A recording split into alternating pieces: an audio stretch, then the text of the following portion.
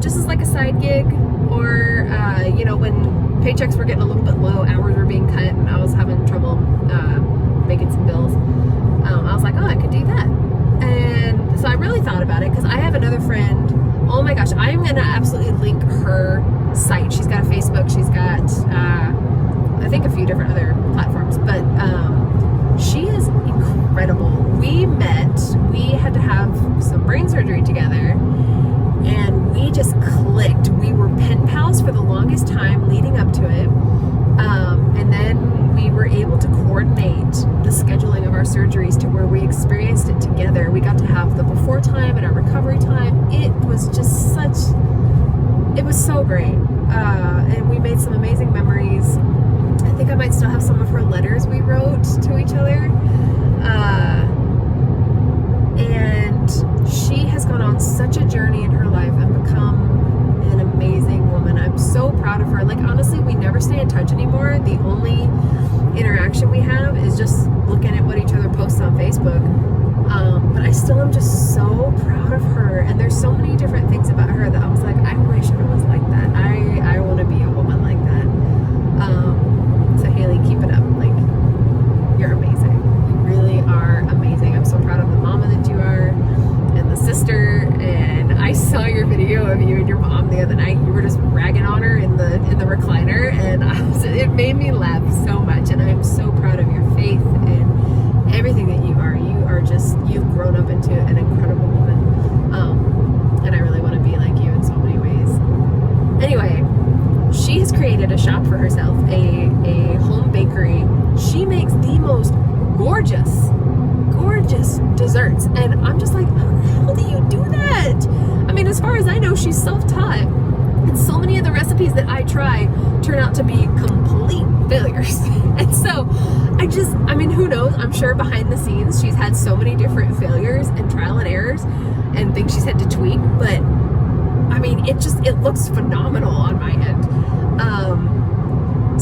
So seeing that, and then on top of hearing people always ask me, oh, do you bake professionally? Do you decorate professionally? I was like, okay, I want to do this, because I love, like, at work, and even at home, I love going all out for birthdays and, like, making everything a theme and finding the decorations and, like, decorating for holidays and all this stuff. That's something my mom instilled in me, because she totally redoes our house every season for all the different holidays, and she just has this knack for decorating and putting this thing here and just home style and how things look to the eye, and I don't know, it kind of sunk in with me, and so I love doing that. And then I've loved to bake since I was a kid. The first memory I have, I was probably like 5-ish years old, and my older brother was teaching me how to make chocolate chip cookies, and we would do that on the regular until eventually I knew how to do it myself, and I would help mom make pancakes, and we'd help cook dinners and all this different stuff. And then especially when I got into square dancing, we always had like a snack table and a dessert table, so I loved baking for that. That was my excuse every week to bake, was to go to these dances. And so I've just loved, baking growing up, much more than cooking. Cooking seems more like a chore to me. But I've thought about it, but the problem is that you run into humans and conflict and, all the different things you deal with when you deal with customers. So when I bake for Steve's work, for my work, for friends, for family, when I decorate for holidays or for birthdays, because it's people that are close to me, or people who you're reaching out to them out of love, and you just want to make them happy and give them a nice sugar high and all that kind of stuff.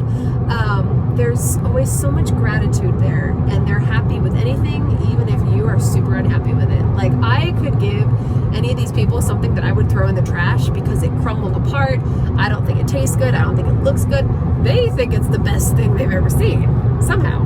And I think it's just because of that factor that somebody did something for you out of kindness and love and enjoyment.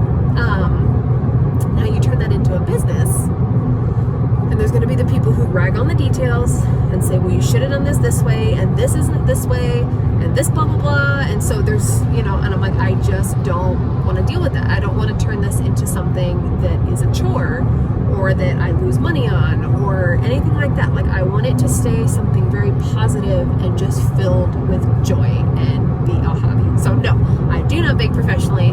I do not decorate professionally. Maybe one day if we are really strapped, I will get into that. But as of right now, it's just a hobby, something I do to make people happy.